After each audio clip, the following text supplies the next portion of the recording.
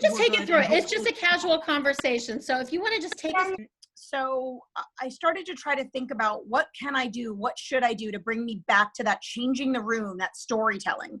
And it really felt like, even though I didn't want to be in front of the camera, I did really want to be behind it. And so I interviewed for a very, very, very high-powered Hollywood producer who was hiring for 2 assistants at the time. Both of her assistants had quit on her, which is an interesting sign. But she offered me the second assistant position when what I wanted was the first assistant position. And the way that it was described to me is the first assistant talks to Spielberg, the second assistant talks to travel.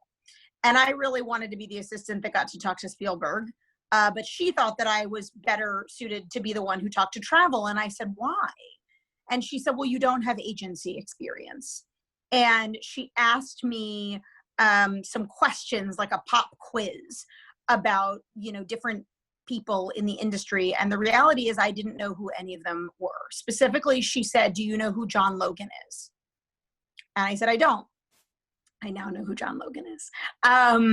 But so I took that to heart. And rather than going to be her second assistant, I went to work at an agency. I interviewed with an agent at CAA in the motion picture lit department. I went to work for him for the better part of a year. I wound up getting a job offer just shy of a year to go work for a woman who really became sort of a mentor who changed my life. Her name is Carrie Putnam, and she was at the time the executive vice president of production at HBO Films. And when I interviewed with her, she said to me, you seem like you are very goal-oriented, and I just want to be honest with you. We've just promoted 2 assistants in this department, so I can mentor you, and when the time comes, I can help you identify the job that you want, and I'll do everything that I can to help you get it, but I will not be able to give it to you. And my response to her was, I understand that, and that's fine with me. The truth is, I've done my research, and from what I can tell, you are a happily married woman with 2 relatively unspoiled children in Los Angeles, is what it sounds like. And I really love the work that you're doing. I love the films that you're making for HBO. And I just want to sit outside of your office and watch you do the thing that you do and strike the balance and understand how I might someday be able to do that for myself. So she hired me, thank goodness. I worked for her. And then less than a year into that job, it was like 9 months into the job, she wound up being offered an opportunity to be the president of production for Miramax. And I was sort of privy to this in confidence. I knew what was happening. She was getting a lot of calls and closing the door and setting calls for herself, which was really not something that she had been doing previously. So to use a Yiddish word, I had some chutzpah, and I walked into her office and I closed the door behind me and I said, are we leaving? And she said, I don't know. And I said, I'll follow you to the end of the earth. I'll do anything for you. If we are leaving, and if there's an opportunity for you to bring me in as a creative executive, I would be incredibly grateful. I know that if I go in as your assistant, I'll never get promoted there because that's how they'll see me. But I would love to help you find another great assistant, and I would love to be the girl that does all of the grunt work for you and has your back and is your junior executive if you will allow it. And she said, I hear you. You made your point. I don't know. Go back to work. It's like, and so I sat there with bated breath. And when she closed her deal, I remember she came by my desk and she said, the deal closed this morning and human resources will be reaching out to you, executive. And I lost my mind. And it changed my life. And then I was a creative executive for 3.5 years, which is a long time to stay in a job. But I basically had the opportunity. I mean, we communicated very openly during my time there, and she was not able to promote me. There wasn't headcount, there wasn't salary. It was an indie movie studio. But what she said is, I can let you do the job of a vice president. I can't really give you that title. And I said, I'll take it. So I stayed there for 3.5 years. I was a CE for the whole time.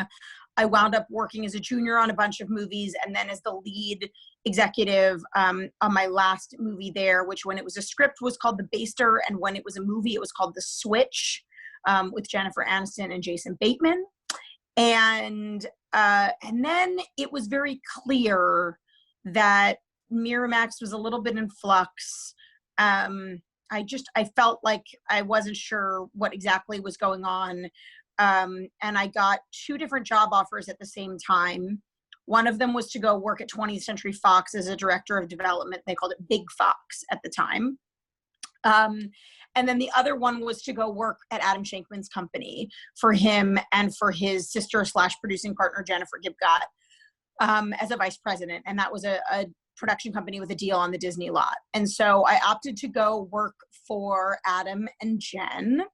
And it was an incredible experience. I wound up moving to Georgia, producing a movie that some of you may or may not remember, called The Last Song, where Miley Cyrus and Liam Hemsworth met and fell in love. And it was an incredible experience. And then we came back to LA and we were building sort of a fresh development slate. Jennifer and Adam, they were very prolific. They actually had 3 movies that went into production at the same time. So they were in New York in production on 2 of them, and I was in Georgia in production on the other. And then when we came back to LA, we were diving back into development. And the woman who ran 20th Century Fox reached out to me again. Her name is Emma, and came back offering me a vice president job. Heard me when I said I didn't want to be a DOD, but she then had a vice president job to offer and reached out to me, and I took it. So then I went to be a VP at 20th Century Fox for 3 years and change.